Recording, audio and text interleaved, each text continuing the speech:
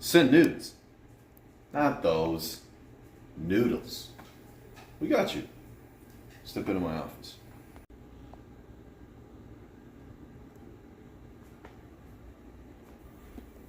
So today, we're going to be making our own noodles. It comes into play with a much larger meal that we're going to be doing. You know, we're going to be doing a fish, we're going to be doing noodles as a side, and some broccoli. But when you make them at home, you can freeze them and you have fresh pasta for whenever you want it. And it's easy. We can do it by hand. So you don't need any of this fancy equipment. You need a fork, maybe a bench scraper you could get along with the knife. But I'm going to use a bench scraper, eggs, olive oil, salt, and a rolling pin. So let's get it. All-purpose flour.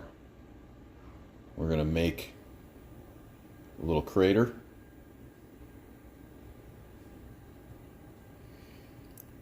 And how big we make this crater is going to depend on how many eggs we have. I'm going to use 4 because I am serving 4 people. Notice that? It's because I cracked it on a flat surface. So what I basically want to do is I'm going to start with a fork. And I'm going to whisk these eggs in here. And as I whisk, more flour is going to get incorporated.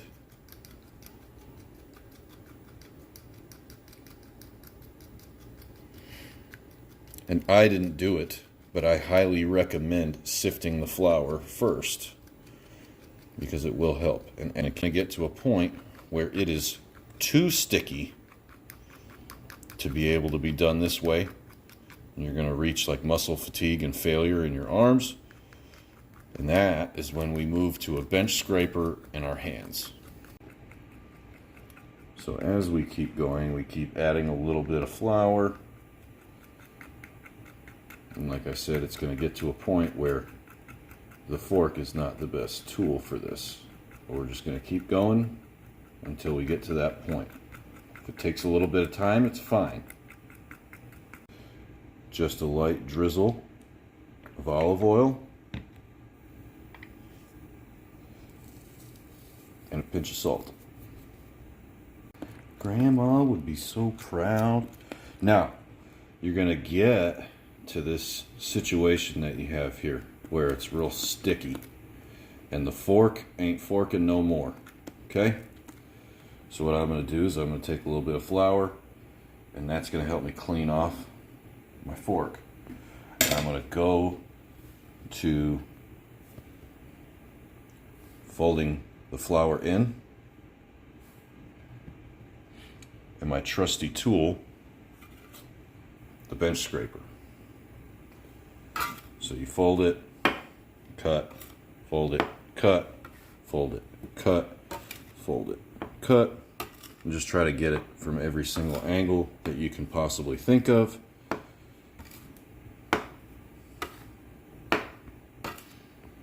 And you're just going to keep doing this for a little while.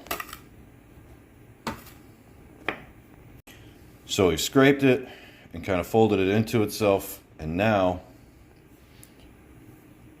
we want to knead it. It's a little more cohesive, so you're going to keep kneading it and kneading it. Not kneading it like you need that strong Latin, tall, dark, and handsome man at the club, but like kneading it, like with a K. So we're going to keep going. And we added in another egg.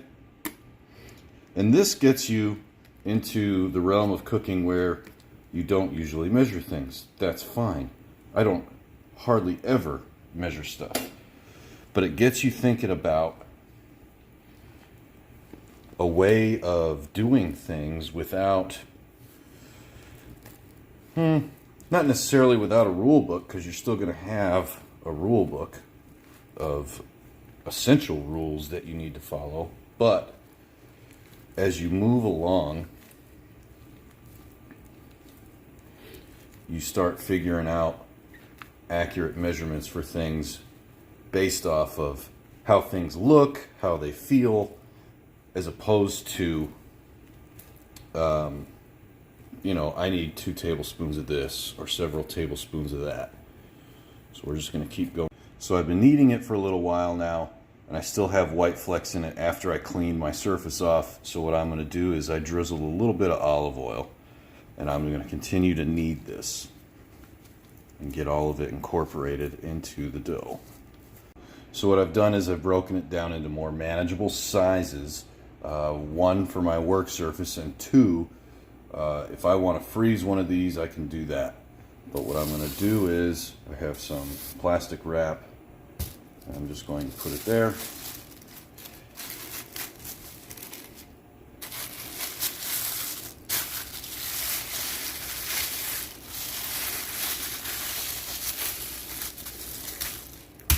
And I'm going to let this kind of sit for about 30 minutes because I want the glutens that are in this dough to kind of mellow out after being shoved all around and everything like that.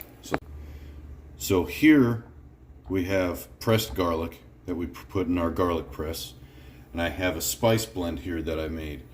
So I've got a couple of teaspoons each of salt, freshly ground pepper, turmeric, smoked paprika, onion powder, and just kind of mix that all up in there. And here I have sliced garlic that I did with my hand. This is going to end up being for our pasta, so we're going to use that. There's our parsley, our chives, our dill, and this is shredded Gruyere. This is going to help our pasta out, and we can even top our fish with that when it goes into the oven. Obviously we have some salt, some avocado oil, and we are going to be using some white wine. And I have 2 lemons and 2 limes, and we're going to be getting the juice out of these next. I wish you guys could smell this, because we haven't really even started cooking yet, and everything, the lime, the lemon, the parsley, the dill, the cheese, the garlic, everything, we haven't even put it on our food yet. But that's why I always stress fresh ingredients. You know, it's not being a food snob. It really does make a difference in what you eat and how it's enjoyed. It really does. And it's just amazing. Like I said, we haven't even started cooking yet, and everything smells amazing. Forgot to mention the lemon juice. We are not only using that for a pasta, we're using that for a fish. Lime juice just for the fish. Here is our catch of the day, and this is Chilean sea bass. So what I want to do to it is, it's been completely dried. I don't want any of its own moisture or any water or whatever it gets packaged with in there. So it gets completely dried, and all I'm doing is I'm going to add a little bit of avocado oil to each one, rub it in, and it's all going to get, because I got my oily hand, don't want all the seasoning to stick, it's all going to get a little bit of our salt, pepper, turmeric, smoked paprika mixture. And if I had Old Bay, I'd throw a little bit of Old Bay in there. That'd be pretty awesome. But I want to make sure that I get all sides, not just the top and the bottom. I want to get the sides of it as well.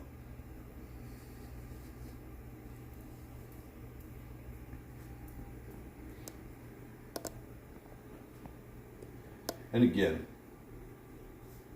to taste. So I said a couple of teaspoons of everything. Did I sit there with the teaspoon measuring spoon? No. I've only ever done that for you guys. I don't ever really actually do that. So when you start to put your own spin on things, you add however much of a certain ingredient that you like. So you can make all of this stuff yours. You don't need my permission. If you don't want turmeric in there, Don't throw turmeric in there. If you want, I can't remember if I mentioned, there is onion powder in there. So if you don't want a certain ingredient, you don't have to put it in. It's all up to you if you want to add something else. I'm not going to sit here and tell you that you can't make something a certain way or put your own spin on it. Everybody has their own cooking style. Is something that I have learned along the way. Whether it's, you know, somebody likes to fry stuff, or somebody likes to pan fry things, or shallow fry, or whatever. However you like to make your food, do that. Because that's what gets you the results. And then you don't have to say, oh, I got this from somebody else. No, it's yours. You did it. You came up with everything. So you guys saw me reaching my hand in here for all the seasoning. I'm going to throw all of the seasoning on the cutting board. All right? So it's all in a row on the cutting board. That way I can get the sides. I want this seasoned well. There's going to be some other flavors that get added to it later on, but this is going to help us along the way.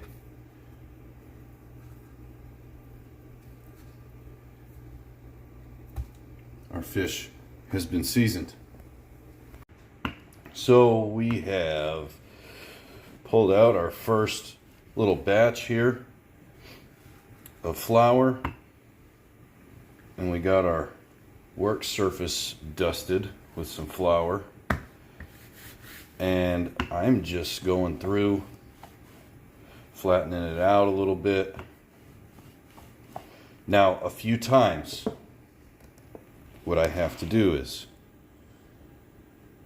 I'm going to fold it here, fold it there, turn it 90 degrees, and continue to roll.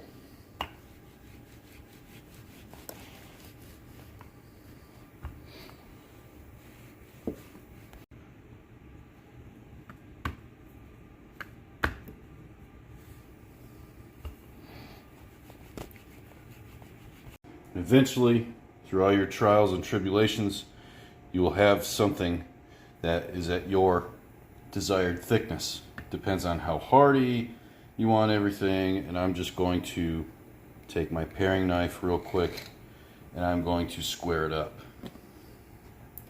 The next thing I'm going to do is I'm going to roll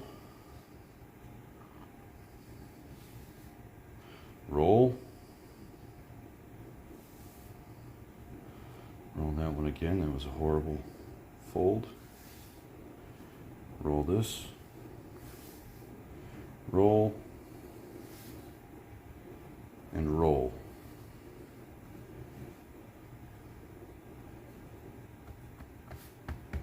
And I'm going to sprinkle a little bit of flour on it. And I do this for a couple of reasons. Once I cut, the noodles are going to want to stick together. Well, I don't want that. So, get my knife. And again, the thickness that you want.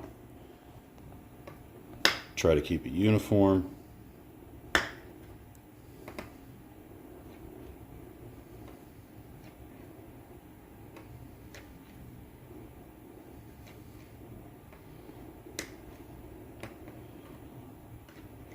And if we wanted to test everything out, we take that end guy off. But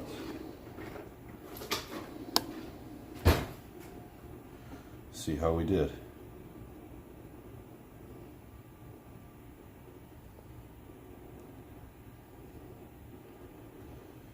They don't want to stick together.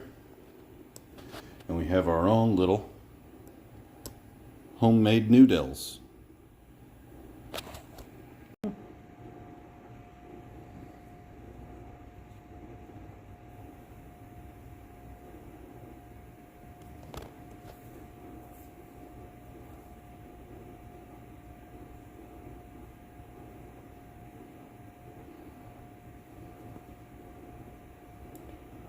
I'm glad they're not sticking together.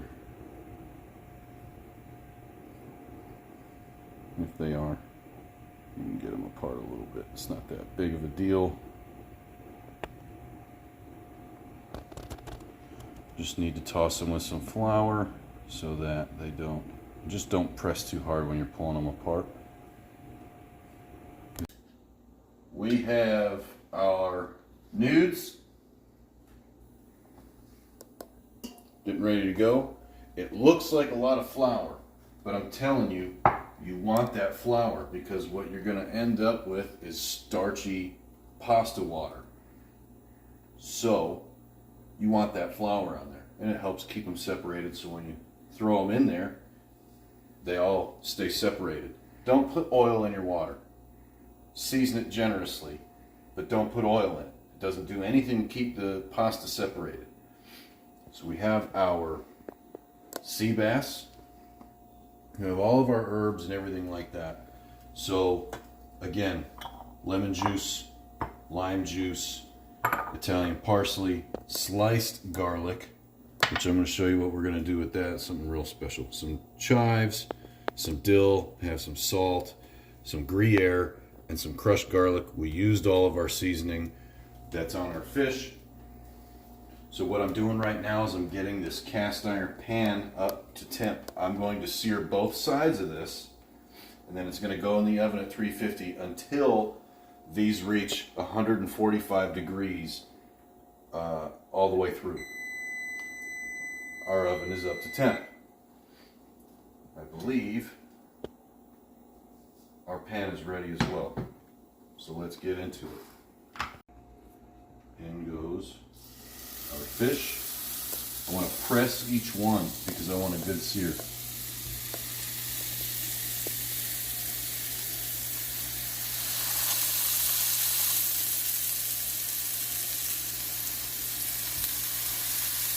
Now, if you don't have a cast iron, yes, you may use a non-stick, a carbon steel, something like that. I use cast iron because I'm used to it. I use it all the time, and I like the results that I get from it. But you can use whatever you want. I suggest cast iron, but a non-stick will work.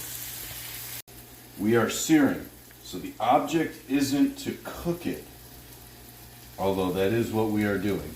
We don't want to cook it all the way through here. So what we want is color. So I want to get a good sear, and the way cast iron works is once it gets a good sear, it kind of lets you know you're able to move it around. Don't rush to move it. Let it get that color. That color imparts flavor, it imparts texture, all that good stuff. All we have in there is a little bit of avocado oil at the moment. It's been a couple of minutes. Let's see where we're at. I like it. I like the color that we're getting. Notice how it just comes off. I don't have to do any finagling or anything like that. Fish is delicate, so I'm actually glad that it's just kind of coming off like that. This one's shaped kind of weird. That's all right. We'll figure that one out. Now, what I want to do is I want to throw our garlic in.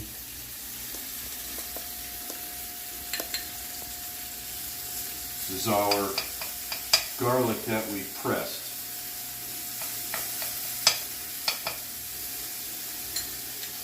I used about a third of it.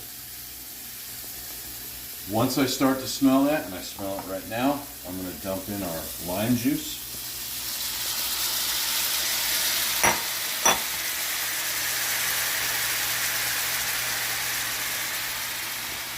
Half of our lemon juice. Guys, the smells are pretty legit and amazing. And I'm going to do just a splash of white wine. Doesn't need any more. And I'm going to take our Gruyere cheese.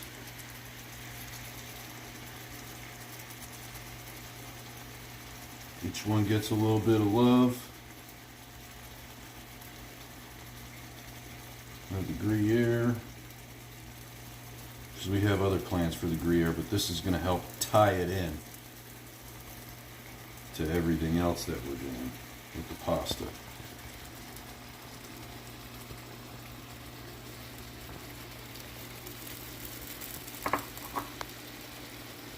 We're going to throw some of our dill on here.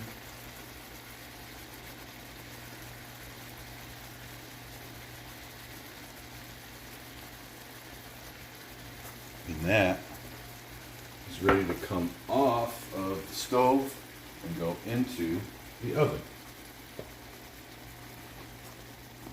So I'm just going to remove this. I can throw this in the oven where it can finish cooking off, and that steam is just going to help everything along. Onto our pasta. Now we want to plan everything accordingly. Our pasta, because it's fresh, is not going to take that long to cook. So I want to start prepping the sauce before I put it in the water. So what I'm using is olive oil, extra virgin olive oil. And using a fairly decent amount, I want to coat the entire bottom of our pan. And that garlic that we sliced up is going to go in. Not all of it, use your judgment. Depends on how much pasta you have. I'm good with that, except for that little guy. He needs to get in there. Now, low heat. It's olive oil, it's not avocado oil. Avocado oil's got like a 500-degree smoke point. Olive oil is less than that. So what we want to do is spread everything out, and I just barely want this to start bubbling on the garlic. Some of these stuck together, that's fine. We'll just spread them out a little bit. Don't worry, I've washed my hands like 27 times. Spread it out a little bit. That's why we have towels. And let it bubble just a little bit. I don't want it to brown or get dark or anything like that. I'm just going to let it kind of cook it a little bit and get aromatic. So we have some bubbling going on, and all I'm going to do, freshly cracked black pepper. Not only is this going to help spread everything around, but it's going to help flavor our pasta once it gets in there. No, I am not making cacio e pepe. This is my own thing. This is not cacio e pepe. It's something that I kind of invented and made up. It has nothing, so it's not authentic Italian pasta, so don't sue me. We've been bubbling a little bit with our garlic. Our pepper is bubbling, and you can smell both. That's good. That is when we want to add our wine. We don't need much, just a little bit. A little bit of wine. We can turn the heat up just a little bit because we have some other things in there. Now our lemon juice goes in.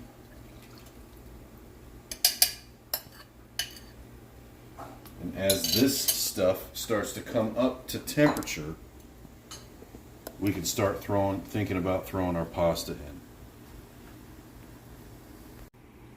When you see this, if you decide you want to make this, that is when it's time to throw your pasta in. So we're just going to grab our pasta noods, throw them all up in there. Now these, again, it's not dry pasta. It will not take very long. And again, all that flour in there, that's going to help us out here and later on.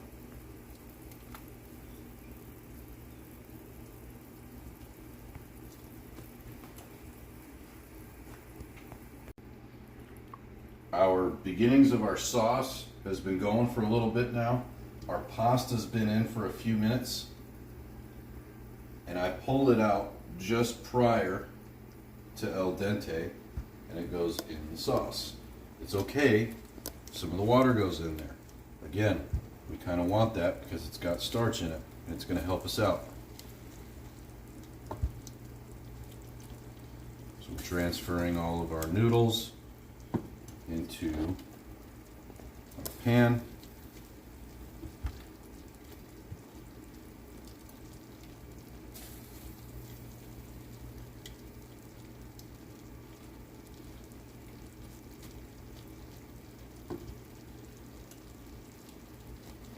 It's so much different than dry pasta or the pasta you get at the store, because it has a different texture to it, it's got different body to it, but more importantly, you know what the ingredients are. Okay, so a little bit of parsley, probably throw some more in there. And a healthy portion of our Gruyere cheese. A little bit more.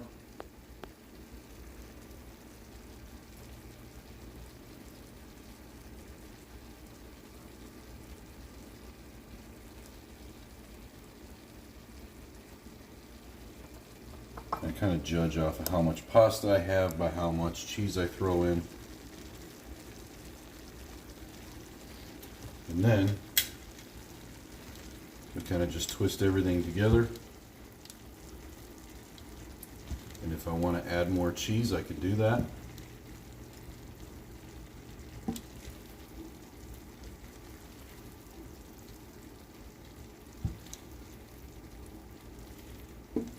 Starting to get kind of creamy.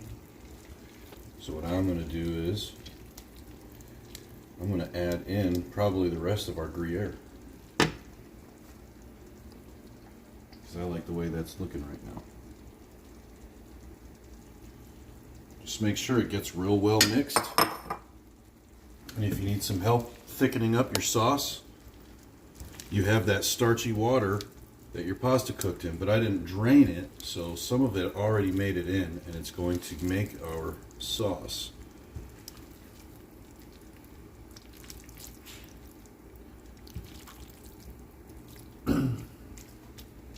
Now, other than fighting with the tongs, there's another way we can do this.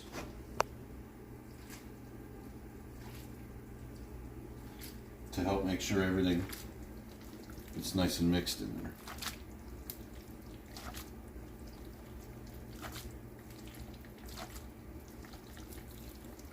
And once we have that kind of a sound and consistency, I'm going to say that's good. And I'm going to transfer it to a bowl, and I'll show you why in just a minute. And here we have our sea bass, which is delicate, so be careful. Let me plate that up.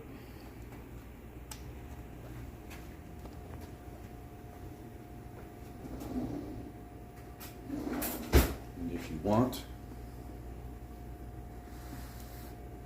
get yourself some of that garlicky, citrusy sauce. And give it an extra dollop of that.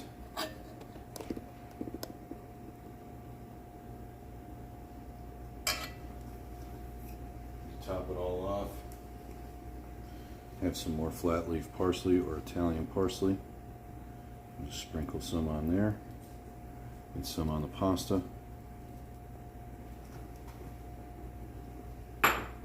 And that is it. So I don't have a name for this pasta, so if you can think of anything to call it, you let me know. But I'm going to try everything. And look at how well that fish flakes part.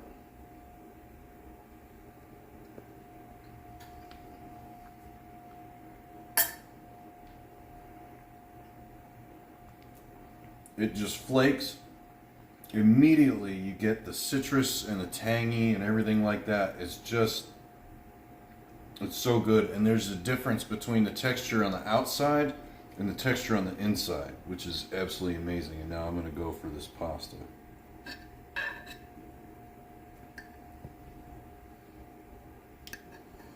And no matter what way I try to do this, it's going to get on my face.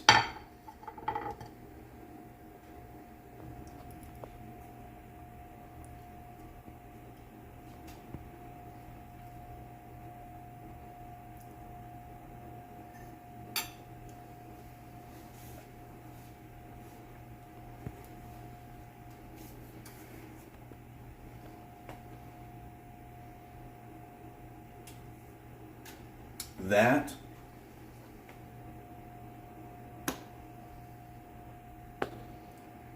you know you're eating pasta, I'll tell you that. But you get the freshness from the parsley.